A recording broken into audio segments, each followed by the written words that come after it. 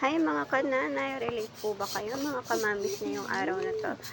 For today's video, naggayak na kami ng aking chinakis. After breakfast, naligo na po kami, nagpuyod. Tingnan nyo naman. Araw-araw namin yung gawain. Gigising po kami ng maaga, mag-aalmusal. 5:10 kising na po yung aking munting chinakis. Tapos, after ng mga 5:40, liligo na kami, magto-toothbrush. After po namin mag-toothbrush at maligo, yan, magpupuyod na kami. Tingnan nyo naman, gayak na yan. Nakaka-relate ba lahat ng mga kamamis dyan tuwing may pasok? Diba? Araw-araw tayong gigising. Araw-araw tayong mag-aasikaso ng mga makukulit nating anak.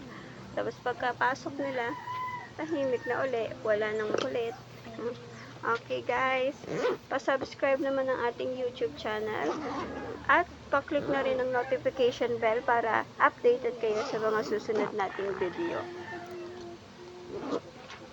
Share and comments kayo guys pag nagustuhan niyo tong content natin. Comment kayo ng relate mommy. Okay? Ingat po kayo. God bless all. Bye-bye.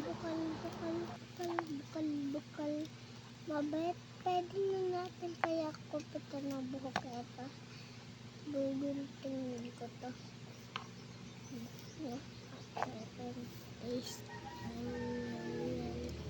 Maaya ko sa lapid. Bukas ko sa lapid.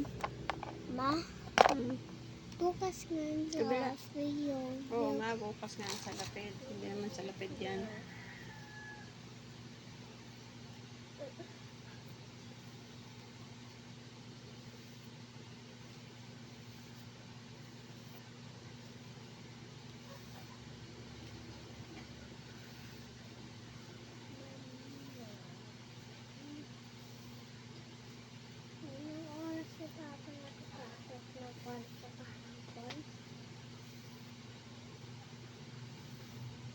Sino? Papa.